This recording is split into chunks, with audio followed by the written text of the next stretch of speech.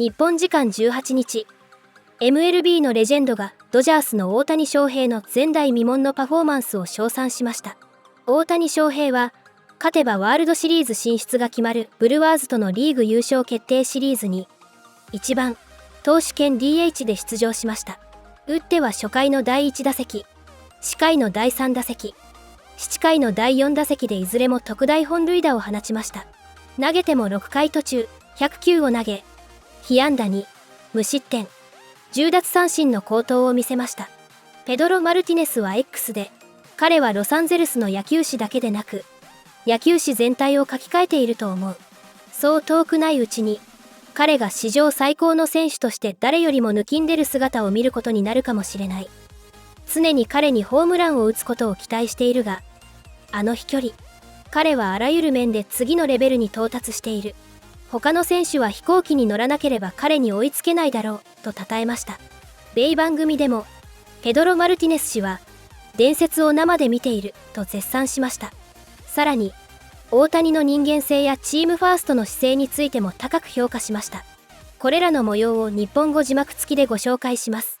All right, they're getting ready to get it popping, and we will have full coverage of that as well. Bob Gibson was the only pitcher to ever strike out 10 and hit a home run.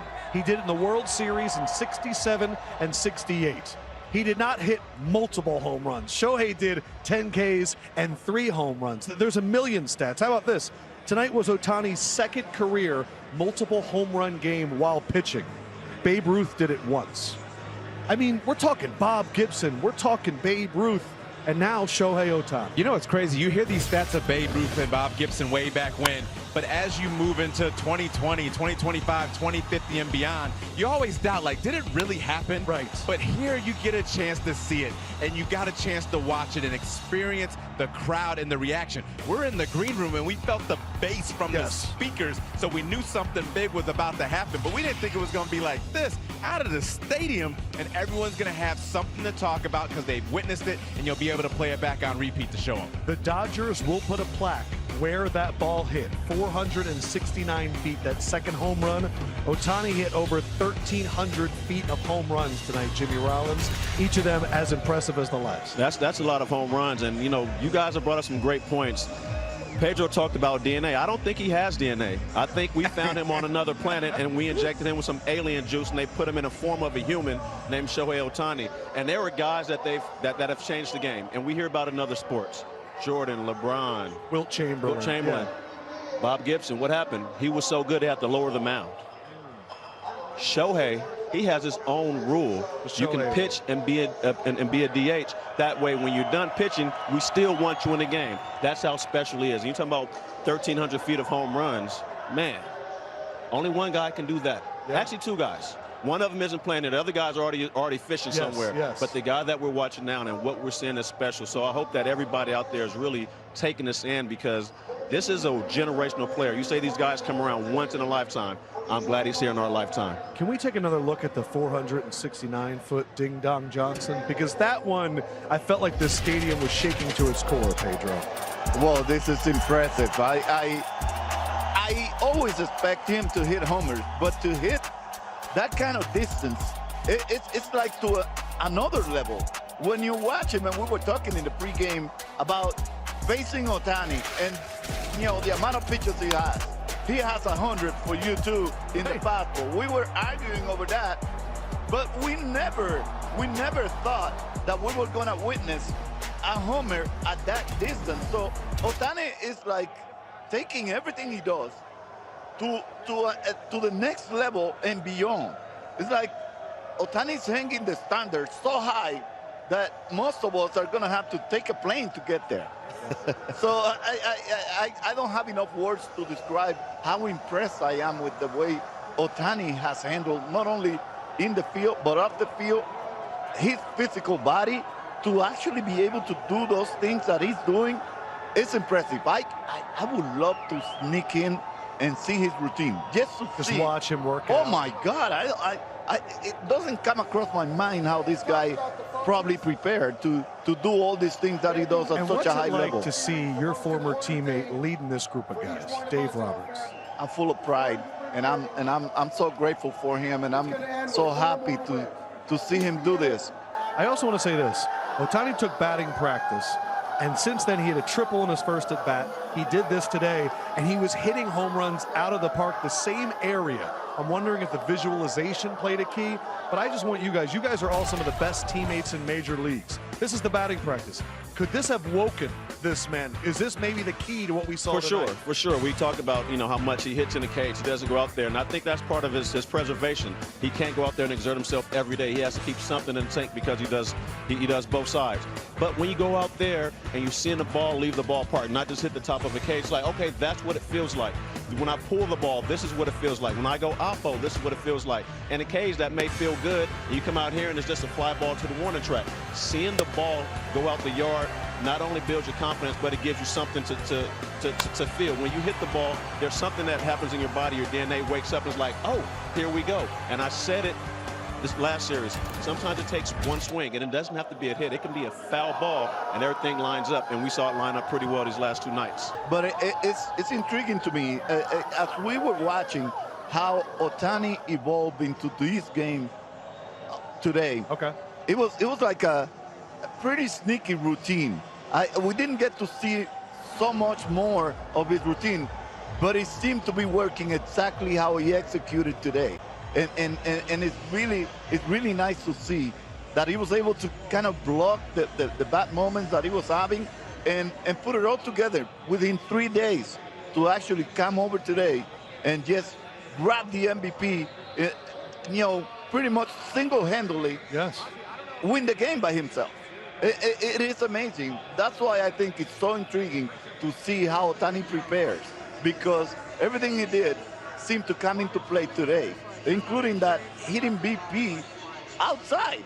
He never asked for that, and he did it. So he probably knows himself even better than people have seen. I think what's pretty special, too, is he's on the podium with Shahadi. This is about my team. He gets up there, we're watching him celebrate in the locker room. He's the one going up to other guys and pouring the beers over their head.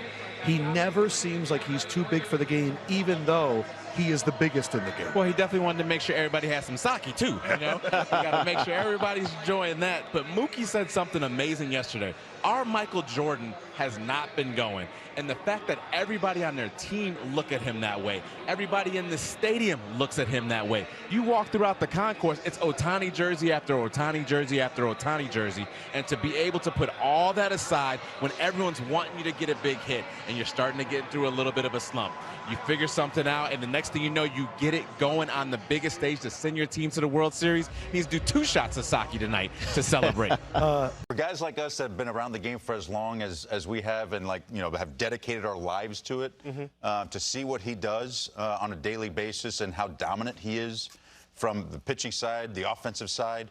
I mean, it's Little League. It's what happens in Little League. Yeah. Once you get above Little League, this doesn't happen. Yeah. It's truly, he's playing Little League at the big league level. And it's a fun conversation to say the greatest players of all time. Like, Pete, you've seen Barry Bonds, you've seen Roger Clemens. He's just about almost that guy in the box. Yeah. When you're talking about setting Dodger record, this Dodger history's deep. Yeah. We're talking Sean Green and Piazza and Eric Karros or some of the names I've faced. They never did what this guy did. Yeah. And then he's #1 starter for anybody's team. You go put him on anybody's team, he's starting opening day next year. We'll get to the pitching in just a second.